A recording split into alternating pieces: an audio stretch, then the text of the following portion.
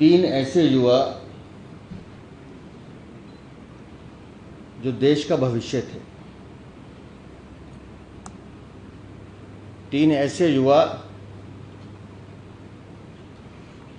जो अपने अपने परिवार के चिराग थे।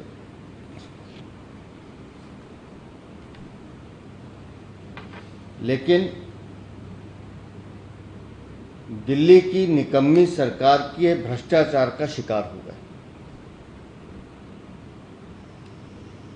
मैं स्वयं वहां लगभग 3 घंटे रहा हूं। वो दृश्य आप देख नहीं सकते थे।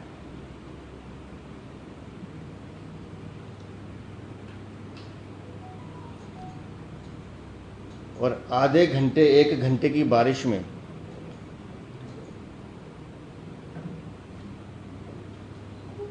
अगर इतना पानी उस बेसमेंट में जा रहा है, वो जो नाले ओवरफ्लो कर रहे थे, लगातार हमारी एनडीआरएफ की टीम से बात हो रही थी। उनको समस्या यही आ रही थी कि पानी बहुत गंदा है, कीचड़ है।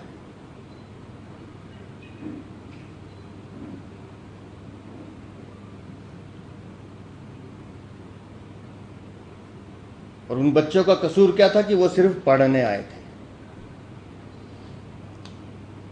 लेकिन इस भ्रष्ट सरकार ने उन्हें भेड़ बकरियों की तरह एक कमरे में ठूस के डाल दिया।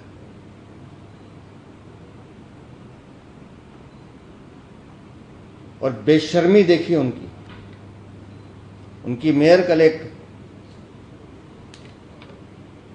इंटरव्यू में बोल रही हैं कि दिल्ली में रिकॉर्ड तोड़ बारिश हुई है। और अभी अभी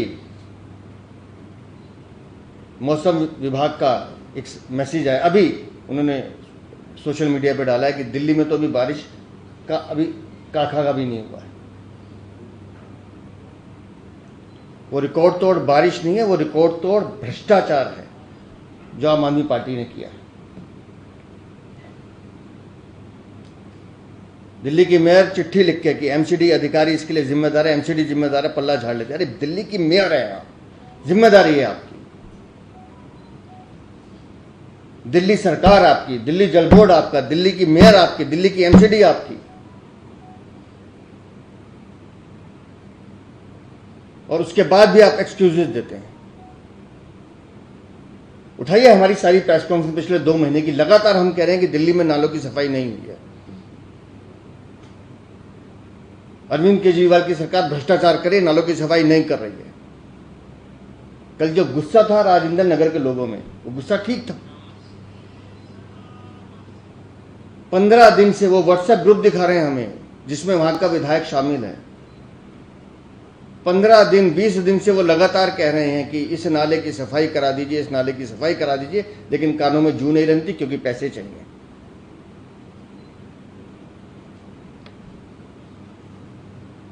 क्या सपने लेकर बच्चे दिल्ली आते हैं? पटेल नगर में सड़क पे चलता हुआ बच्चा मर जाता है, 3 बच्चे कल लाइब्रेरी में चले जाते हैं। और ये बहानेबाजी ढूंढ रहे हैं। 15 साल भाजपा का शासन था निगम में, ये बोल रहे हैं। पिछले 2 साल से निगम में आप हैं, आपकी जिम्मेदारी थी उन नालों की सफाई करवाना जो आपने नहीं कराई। दिल्ली की सरकार आपकी है, जल बोर्ड आपका है।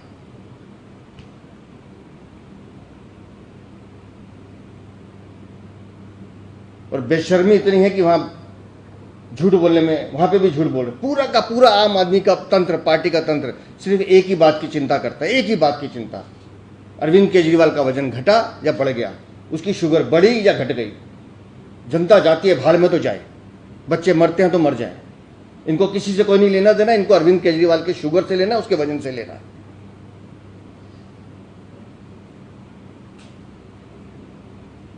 मासूम बच्चे हैं, क्या कसूर है उनका?